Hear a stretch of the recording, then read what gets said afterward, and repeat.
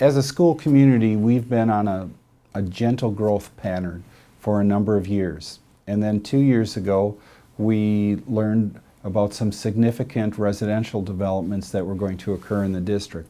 So we hired an urban and regional planner by the name of MD Roffers. And what MD Roffers did, they came into the district, worked with our community-based task force that was studying growth in the community, and identified all of the possible subdivisions and developments. They actually broke our district into almost 70 different subdivisions and studied whether a subdivision was well developed and students were at the high school level, or whether it was a subdivision that's turning over with a lot of recent graduates and younger families moving in. We were a bit shocked when we learned about our enrollment projection. MD Roffers came back to us and said, we have our enrollment projection ready, but we're going to double check it, and we'll be back in 2 weeks. They came back in 2 weeks. They didn't change the projection. They identified us as one of the fastest growing school districts in the state. And their projection was 2,000 students by the year 2030. In a district that's already nearly filled, we were worried because we need to come up with a plan to address this rapid growth. The growth really comes in two areas. It's along the Highway 14 corridor from the Beltline to Oregon, and then also on the west side of the village of Oregon. So we knew right away we have to identify our highest priority for growth, come up with a long-term plan, and then start to communicate that plan so we could get to a referendum process. So the Growth Task Force made a report to the board this past February, and it was clear their work was outstanding. They identified some options that, I'll say, they didn't give a lot of consideration, but they wanted to make sure that every possible option was reviewed because, like most school boards, our school board would ask, did you think about that? And they did a terrific job identifying plans. Their recommendation came down to building a new elementary school and a new middle school. So the board wrestled with that issue for a while. We also went out and held almost a dozen focus groups in the community and listened to community members, taxpayers, parents, and they all had an opportunity to weigh in with their views. And ultimately the board made a decision with a two-step process.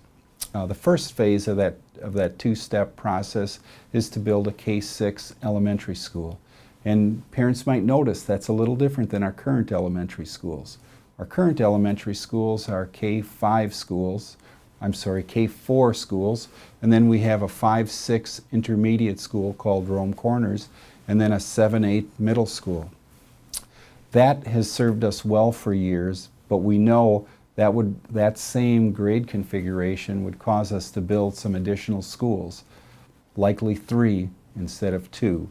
So we took a look at grade configuration and came up with our new grade configuration will be K-5 once all of the referendum construction is done, and then our middle school will be 6, 7, 8. That's pretty typical in the state of Wisconsin and actually across the country. But with our first phase, we also need to reduce the number of 6th graders that are currently at Rome Corners because of overcrowding. So the school that we're planning with referendum approval to build in the city of Fitchburg would be a K-6 elementary school. And then when we open up in phase 2 a new 6, 7, 8 middle school, we'll switch the Fitchburg Elementary to K-5. So we're seeing a few changes over the next several years, but we're excited about what the K-6 elementary school will mean in the city of Fitchburg. Right now we have over 700 plus students, I'll say north of McDonald's because that's a landmark that everyone's familiar with in the village of Oregon. North of McDonald's there are roughly 700 to 725 students. And the day we open the school in Fitchburg, which likely would be the fall of 2020, we'd have approximately 425 students in the school. And currently we're running a little ahead of Mark Roffer's enrollment projections that he's provided. And just to maybe a couple of words on the enrollment projections. We wanted to make sure and have them done independently. We can do enrollment projections, but that is a very sophisticated process, and we wanted to make sure that there wasn't any of our bias factored into the enrollment projections. And when Mark came back to us and made his recommendations, we were all initially stunned and thought, 2,000 students, we don't have space for those 2,000 students, with the exception of the high school. In our 2014 referendum, we built some additional capacity into the high school.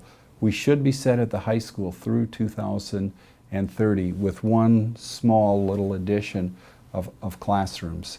So the high school should be set, again, through 2030. So to summarize our plan quickly, it's 2 phases. It's a K-6 elementary school in the city of Fitchburg, and then a 6, 7, 8 middle school, likely around the year 2022 or 2024. It all depends on how fast our enrollment grows. And one thing the board wanted to make sure and not do was build 2 schools at one time, because it gives us more flexibility and gives us a better eye on the future if we delay building that second school immediately. As I've talked to parents and community members, they said, what's created all of this growth? Well, I think 2 things have. Obviously, being in Dane County, and with Dane County growing significantly, we get some spillover benefit. The other thing, the word's out on the Oregon School District. We have a quality system. We're not super large, we're not super small. We have all the programs that parents are interested in, and we have a terrific location with a very supportive community.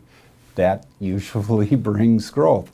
I've had the opportunity to work in 2 other Dane County districts, and that seems to be the case. When parents move to Dane County or move within Dane County looking for a great school experience. And we've been able to do that. We're a nice size. We're large enough to have all of the programs, but we're small enough that everyone still knows who each other are. And that's something that Wisconsinites love, and that's one of the reasons that we're seeing the significant growth that we are. And that's our challenge too.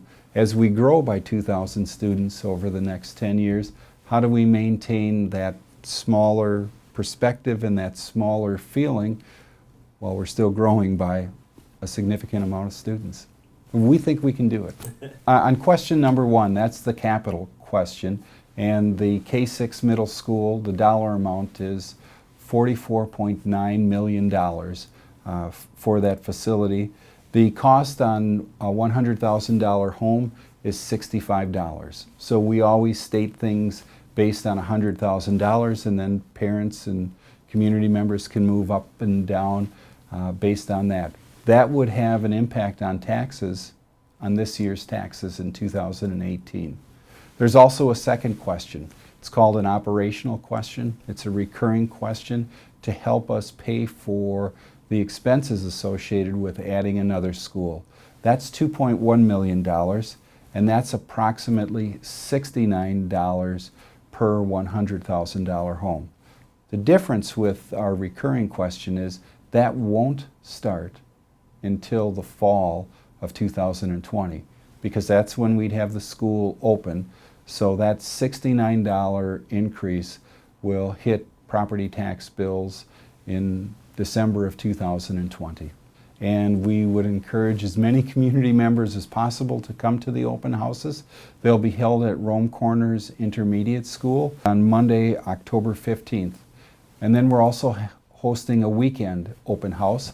That will also be at RCI. It is Saturday, October 6th from 10 a.m. till 11:30. So I'm hoping maybe the weather's not the greatest on October 6th, and that will cause some individuals to make the choice to be with us on a Saturday morning.